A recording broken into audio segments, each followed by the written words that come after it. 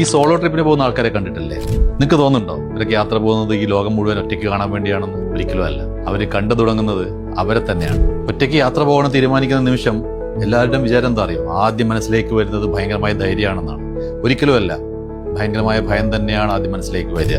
ഒന്ന് വഴിതെറ്റിയാൽ, ആരുമില്ലെങ്കിൽ, can I do it? ഇങ്ങനെ പല ക്വസ്റ്റ്യൻസും മനസ്സിലേക്ക് അവർക്ക് വരും. പക്ഷേ ഒരു ട്രെയിൻ മിസ് ചെയ്യും, വഴി മിസ് ചെയ്യും, ഒരു റെസ്റ്റോറൻറ്റിൽ കയറി ഒറ്റയ്ക്ക് ഫുഡ് കഴിക്കും, ഒരു സൂര്യോദയം ആരോടും ഒന്നും മിണ്ടാതെ ഒറ്റയ്ക്ക് നോക്കി കാണും. അങ്ങനെ ചെറിയ ചെറിയ ചെറിയ വിജയങ്ങൾ മനസ്സിനെ മാറ്റി തുടങ്ങും. ഐ കനോട്ട് ഡു ഇറ്റ് എന്ന ആ ഒരു തോന്നലുണ്ടല്ലോ, അത് പിന്നീട് I can figure it out എന്നൊരു വിശ്വാസത്തിലേക്ക്, എന്നൊരു സെൽഫ് കോൺഫിഡൻസിലേക്ക് എത്തിച്ചു കൊണ്ടുവരും. പിന്നീട് യാത്രകളുടെ ലക്ഷ്യം എന്ന് പറയുന്നത് ഒരിക്കലും ലൊക്കേഷൻസ് അല്ല, സ്വന്തം മനസ്സായിരിക്കും. നിങ്ങളൊക്കെ ചിന്തിക്കുന്നത് ശരിയാണ്, ലോകത്ത് അപകടങ്ങൾ നിറയുണ്ട്, സത്യമാണ്. പക്ഷേ അതേ ലോകത്ത് തന്നെ നന്മയും ജീവിച്ചിരിക്കുന്നില്ല ഇപ്പോഴും. ഒറ്റയ്ക്ക് യാത്ര പോയി ഒരാൾ തിരികെ വരുമ്പോൾ അവൻ അല്ലെങ്കിൽ അവൾ ആരോ ആയിക്കോട്ടെ ഒരു പുതിയ മനുഷ്യനായിട്ടായിരിക്കും തിരിച്ചു വരുന്നുണ്ടാവും. കാരണം അവരുടെ മനസ്സിൽ ഒരു സത്യം ഭയങ്കര ഡീപ്പ് റൂട്ടഡ് ആയിട്ട് മാറിയിട്ടുണ്ടാവും. എനിക്ക് ഞാൻ മതി എന്ന ആ ഒരു തോന്നൽ, ആ ഒരു സെൽഫ് റിയലൈസേഷൻ. അപ്പോൾ യാത്രകൾ ലോകം കാണാൻ വേണ്ടി മാത്രമുള്ളതല്ല.